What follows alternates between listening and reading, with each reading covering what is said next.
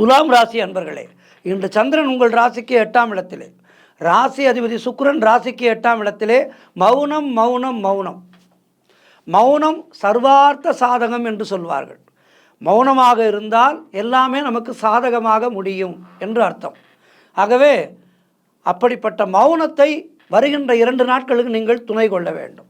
யாரிடமும் அதிகம் பேசாதீர்கள். சந்திராஷ்டம நாட்களிலே நம்முடைய நாக்கு தான் நமக்கு எதிரி. அதை முதலிலே நன்கு புரிந்து கொண்டு சந்திராஷ்டம நாட்களிலே பேசாமல் இருப்பது நல்லது.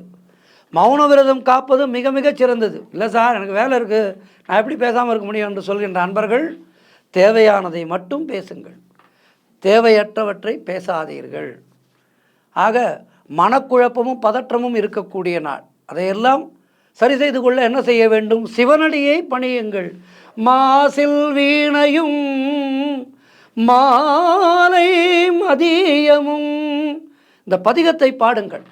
மாசில் வீணையும் பதிகம் பாடினால் மனமானது அப்படியே அற்புதமாக இருக்கும். எந்த விதமான பிரச்சனை வந்தாலும் எதுவும் என்ன ஒன்றும் பண்ணாது என்கின்ற தைரியம் வரும்.